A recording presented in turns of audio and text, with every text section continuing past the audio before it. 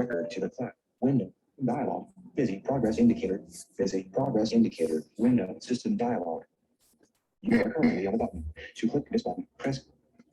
Hello, welcome to the Divinely You podcast, as well as Saradivinelyyou on YouTube. Just check my mic, sorry. Thank you so much for tuning in. I'm going to interrupt the flow of my usual weekly videos this week because something's coming up and I really want to address it and talk about it as openly as possible. I want to say that if I seem like I'm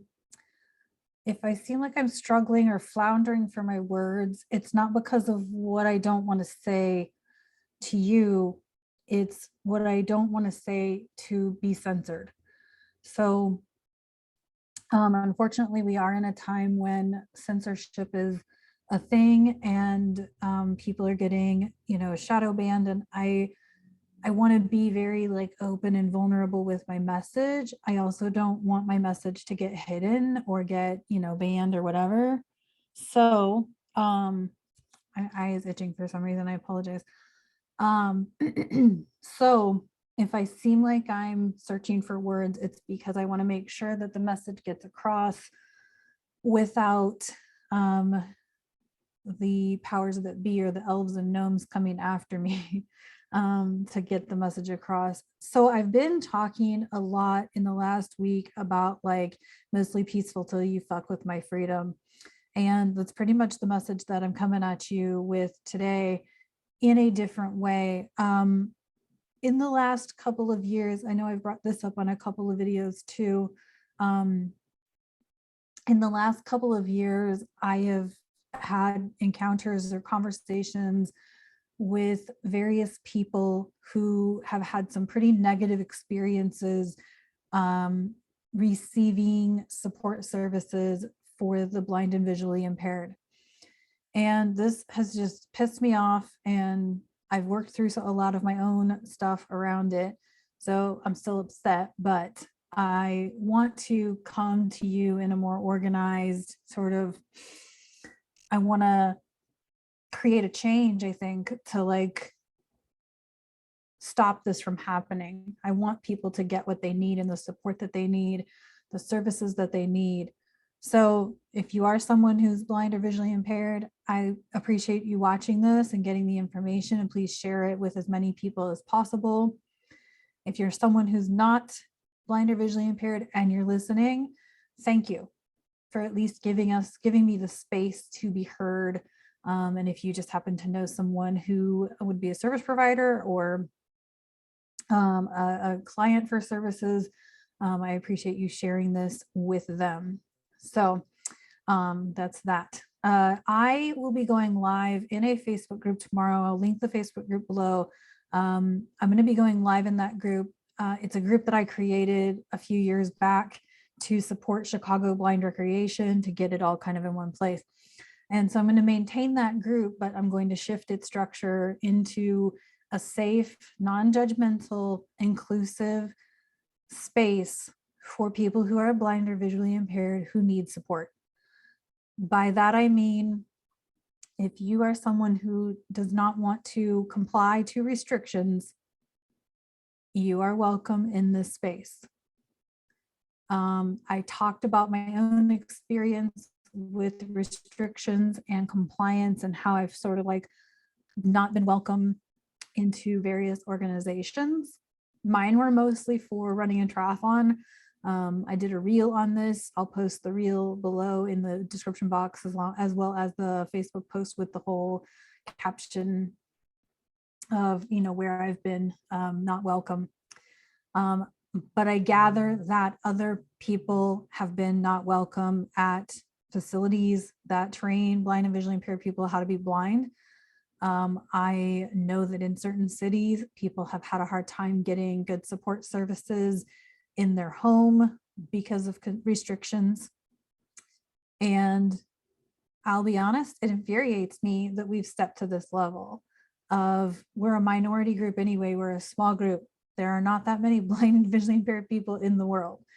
And we have taken yet another step in the division of this community. Especially in the United States, we've had, the National Federation of the Blind, we've had the American Council of the Blind, we've had, AFB, American Foundation of the Blind. There's the APH, American Printing House for the Blind. Not all of these are service providing organizations, but many of them are in some way related to working with people who are blind and visually impaired. The National Federation of the Blind happens to operate several blind rehabilitation centers throughout the country, and many of those have had very disruptive programs. I mean, they've had people come in person, but there's constant, shifting and quarantines and virtual versus in person, and that's so disruptive when you're going through a psychological change or transition in losing your vision. Or if you've been getting inconsistent services because there's just not enough employees to teach these services to get people the support that they need. The most disappointing thing for me has been the Hadley School for the Blind, which was a virtual by mail, catalog by mail education to teach things like basic Braille skills, basic whatever skills. I mean, typing. I know they had some daily living type things. They probably had a diabetes education class, among other things. And I know they had some business classes and things like that too. They were an online school before 2020, and they plummeted at a moment when it seemed like they should have soared. So I'm not sure what happened here, but I feel like it's necessary for me to step up and play and be a leader in creating whatever is next for blindness support services. One thing that I have learned about myself in the last couple of years is managing my emotions, emotional intelligence work, and doing a lot of inner work around my emotions. And as I've done that, it's occurred to me that, like, if we spent half the time doing blindness skills work and doing inner work, like, what if we put the two together and like built something out of that? Like, then we'd, find our purpose and find some ambition, and people would understand themselves a little bit better, and all of these things. And so I'm not sure exactly what is unfolding here for me, for a community leader, and for the blindness community. But I'm sure in the hell willing to put it out there that this has got to shift. This has got to change. This has got to go a different way, because people deserve services. They deserve the support in a non-judgmental way. So where else do I want to go with this? I kind of want to like introduce myself a little bit too. For those of you who are new to me, maybe you're new to Divinely-You, you're new to my channel, all that. My name is Sarah Waggle. I've been low vision my whole life. I also was a low vision practitioner for 5 years. I have a master's degree. I have a bachelor's degree in early childhood development, and I have a master's degree in adult blindness and low vision studies, so adult blind rehabilitation therapy. I worked in vision rehab for 5 years, and I burned out, and then I shifted to life and leadership coaching. And now I do one-to-one leadership coaching. I'm a Reiki practitioner, so I'm an energy healer. I work a lot with spirituality. I'm an author, among other things. I'm also really focused on health and fitness. And so I've been in this field, I've been in this arena for a long time. None of this is really new, but what I see changing in some of the current existing programs is, to me, very sad and very heartbreaking, because I feel like people are just not getting what they need.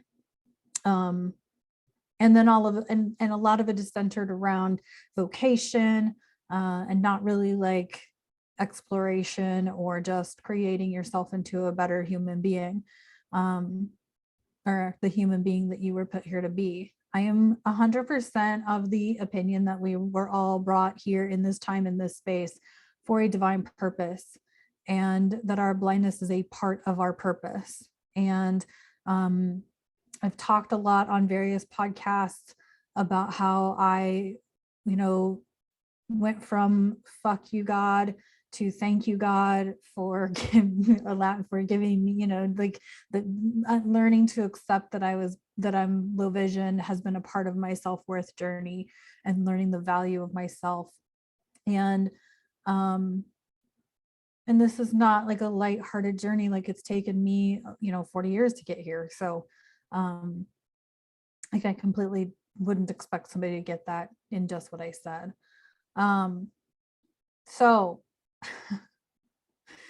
So I'm going to link the group below. It's currently Blind Community Resources. That's a working name. I'm not sure what it's going to ultimately be called, nor what it's actually going to come in court, like what all is going to be involved. But I want to kind of create the space for people to go who can come in and say, like, I can't even get services because I'm not willing to, or I can't cover my face, or I can't get certain medical treatment. We'll say that. Maybe that's okay. Again, choosing my words carefully to avoid censorship, not because I don't want to say the words. But I do know that there are people who cannot get services for these reasons, because they don't want to participate in restrictions. And so I want a space for people to come and disclose that and talk about that openly and receive support around it. I know there's a lot of super judgmental spaces right now. And so, yeah. So if you have found any of this to be helpful, I would love to hear from you. Please, like I said, share this video. I'm going to put a whole bunch of links below in the description box for this video, or in the podcast description. And there will be a link to the group. There's going to be a link to an Instagram reel and Facebook post that I did. And then I feel like I was going to put another link, and I don't know what that other link was. Okay. Well, anyway, I appreciate you listening to this message today. This was like something that's been coming through to me for a while, but I had to work through some of my own blockages around it. And I think it's kind of amusing because this has been coming through for a long time, and I have like astrologers to back that up. And they all all of the astrology kind of hit me like last night, early this morning. I'm recording this video on Wednesday evening, and I would say around 5 o'clock this morning was when it started to hit me. And then I woke up to another astrologer saying something to the effect of where this could lead. So we are all here for a purpose, and I want to support others in really like exploring their purpose and exploring who they are and accepting themselves. And, you know, we have the superficial part about learning to be different, learning to be blind, you know, whether that's learning to cook again, or learning to travel, or learning to, you know, whatever, learning your personal care skills, or learning how to use a computer or your phone, or, you know, we have all of those superficial things, but there's also like learning the internal parts of you and loving yourself and accepting yourself, and allowing yourself to be fucking pissed off and frustrated all the same, right? Because you don't get to experience the joy without the sadness. You don't get to experience the happy without the anger. You don't get to experience the anticipation without the anxiety. They all work together. So I'm going to leave it there, and there's going to be more on this. This is all just starting to come through, but I really feel like it's time to get this ball moving in this direction of creating a community that's open, that's inclusive. Let's bring inclusion back, right? Like, what the hell happened to inclusion? Oh, you're invited, but unless you don't have the thing, you're not allowed to participate. It's a bunch of bullshit. We're all allowed to participate in this life. So, again, if you're someone who is blind or visually impaired, I would love to hear from you. If you're a parent, if you're a service provider, you know, share this information, share the links. Let's just keep getting this word out. And thank you so much. And I appreciate you, sending you a ton of love. The full moon in Leo just occurred. Leo is a sign of love. Aquarius is like, on one level individuality, on another level it's community. And We just had Valentine's Day. So we've got this week of open-heartedness and love, and we're moving into Pisces, which is, you know, totally different. So, but anyway, so thanks so much for tuning in. Love you. Appreciate you. Peace out. I'll talk to you the next time. Stop recording now.